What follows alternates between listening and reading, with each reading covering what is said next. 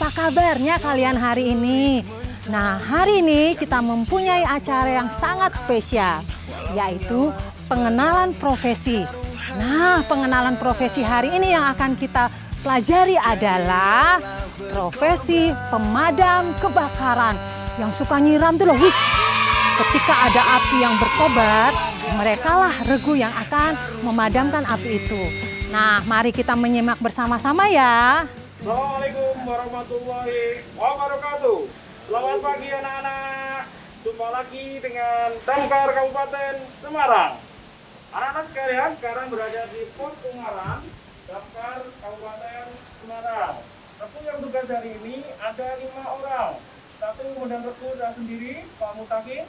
Kemudian ada driver Pak Awianto. Kemudian ada Vector Pak Heri. Ada Vector 2 Pak Ari Sutrisno. Dan ada helper Pak Arfandi. Halo. Iya, untuk tugas damkar, yang pertama adalah memadamkan api. Seperti yang Anda lihat di TV dan lain sebagainya, petugas pemadam kebakaran selalu siap siaga 24 jam dalam rangka pemadaman api kebakaran. Oke anak-anak, untuk peralatan yang ada di damkar, ya, mobil damkar yang berwarna merah, apa sih isinya, alat-alatnya? Alatnya ada di meja semuanya, ya. Ketika kita melaksanakan pemadaman api, yang pertama yang harus melekat pada tubuh petugas adalah alat yang disebut dengan APD, yaitu alat pelindung diri. Apa saja itu APD? Coba Pak Awi, bisa diambilkan. Yang pertama, helm, ya, yang berwarna merah untuk melindungi kepala petugas damkar pada saat melaksanakan pemadaman. Dari apa? Satu, tertimpa benda yang ada dari atap, genting misalkan, pecahan kayu dan lain sebagainya. Ya, alat pelindung diri yang pertama helm dalam rangka untuk melindungi kepala. Kemudian yang kedua, turun ke bawah, ada masker. Ya, masker selalu dipakai oleh petugas ketika melaksanakan pemadaman. Ya, dalam rangka untuk melindungi pernafasan petugas dari asap beracun. Ya, kemudian yang ketiga ada masker untuk melindungi mata agar petugas pemadam kebakaran tidak merasa pedih ketika melaksanakan pemadaman. Ya, itu adalah alat-alat yang berada di kepala. Kemudian kita turun ini, ya.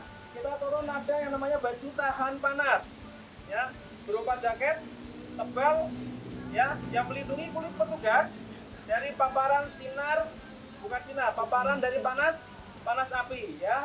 Dilengkapi juga dengan sarung tangan, ya. Sama fungsinya untuk melindungi kulit petugas dari radiasi panas. Kemudian turun ada yang namanya celana, masih sama tahan panas, ya. Celana tebal. Kemudian yang paling bawah adalah sepatu boot untuk melindungi kaki petugas dari tajamnya paku, dari benda-benda tajam yang ada di lokasi kebakaran. Ya, selain APD, petugas juga dilengkapi dengan peralatan yang lain untuk melengkapi kegiatan petugas. Yang pertama adalah ada yang namanya nozzle, ya. Nozzle-nya ada 2 macam. Yang satu adalah nozzle dalam bentuk pistol, yang satu dalam bentuk tongkat, ya. Sama fungsinya dalam rangka untuk mendistribusikan air menuju ke api, ya. Nozzle dilengkapi dengan yang namanya selang, ya. Selangnya ada 2 macam, selang 1,5 in sama selang yang 2 in. Kebetulan yang ada di sini adalah selang yang kecil. Fungsinya sama, mendistribusikan air dari tangki menuju ke nozzle, kemudian disemprotkan ke api, ya. Kemudian ada yang lain lagi, gear connection, untuk membagi selang besar ke selang yang kecil, selang 2 in ke selang yang 1,5, ya, dibagi. Misalkan kita mau cabang ini dari mobil besar, kita mau cabang mau 2 penembak, 2 vector, ya, selang kita bagi. Ada 2 selang, 2 nozzle dan 2 vector, ya. Ada lagi peralatan yang lain, ya, yang namanya apa ini coba? Linggis, ya, dalam rangka untuk membuka, mendongkel, ya, pintu misalkan, jendela, ya, sesuatu yang tertutup untuk kita buka agar petugas bisa masuk ke dalam untuk mengakses tempat-tempat kebakaran. Ada juga yang namanya kapak, ya. fungsinya sama dengan brigade tadi, ya, untuk memudahkan petugas mengakses tempat-tempat untuk memudahkan pemadaman kebakaran. Ya, yang selanjutnya silahkan Pak Wianto untuk bisa dipraktekkan menggunakan alat pelindung diri, ya. Mulai dari bawah, pakai celana yang langsung masuk ke sepatu bot, nanti dilanjutkan pakai jaket, ya. Setelah jaket, kemudian pakai helm, masker, kacamata, kemudian yang terakhir menggunakan kaos tangan. Ya.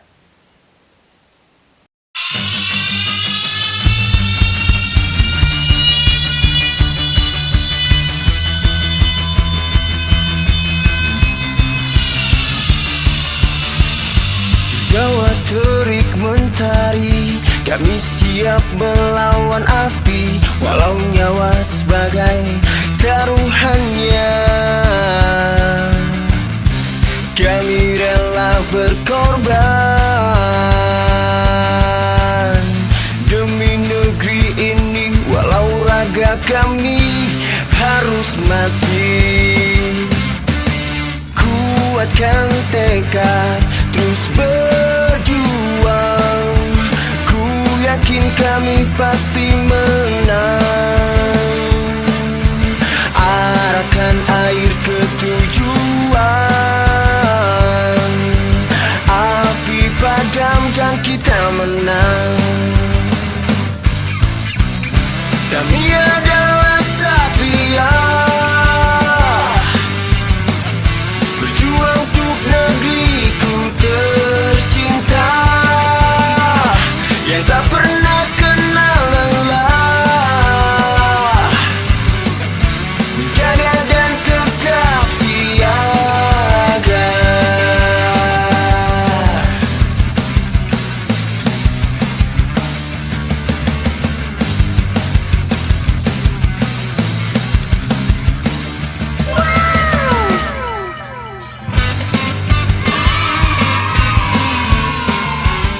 Wow, keren ya tugasnya mereka. Wah, sangat luar biasa. Nah, saya mau bertanya dulu kepada Bapak.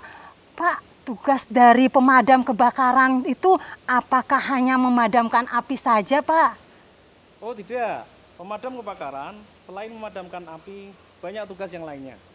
Salah satunya adalah animal rescue. Yang pertama adalah evakuasi sarang tawon.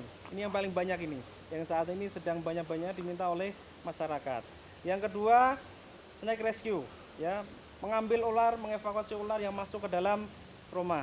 Kemudian yang selanjutnya adalah pertolongan, ya, pertolongan. Apakah itu orang tenggelam, apakah itu orang kebanjiran dan lain sebagainya.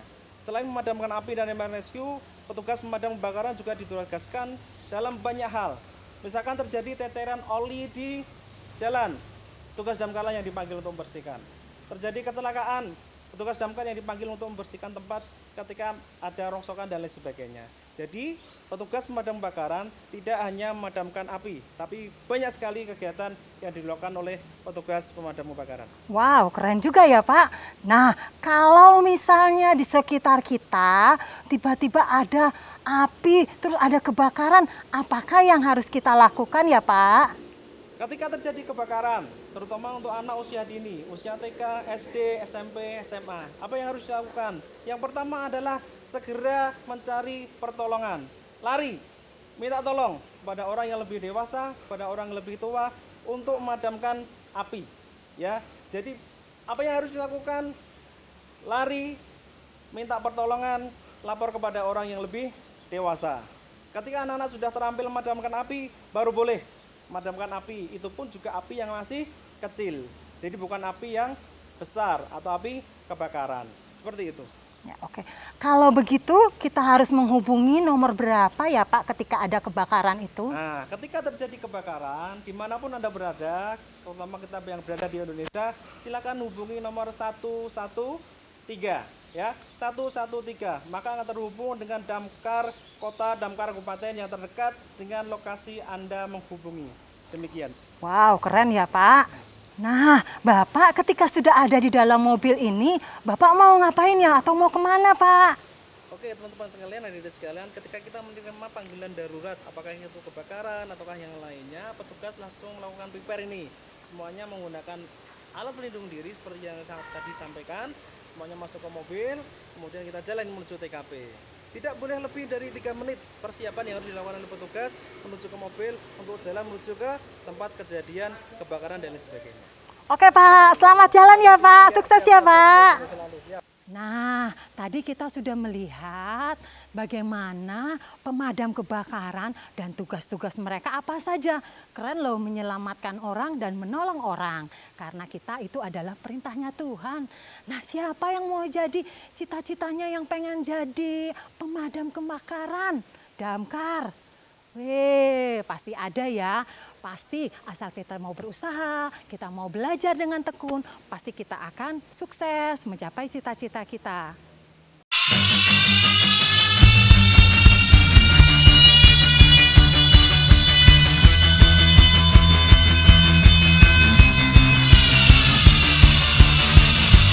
Bawah terik mentari, kami siap melawan api, walau nyawa sebagai taruhannya.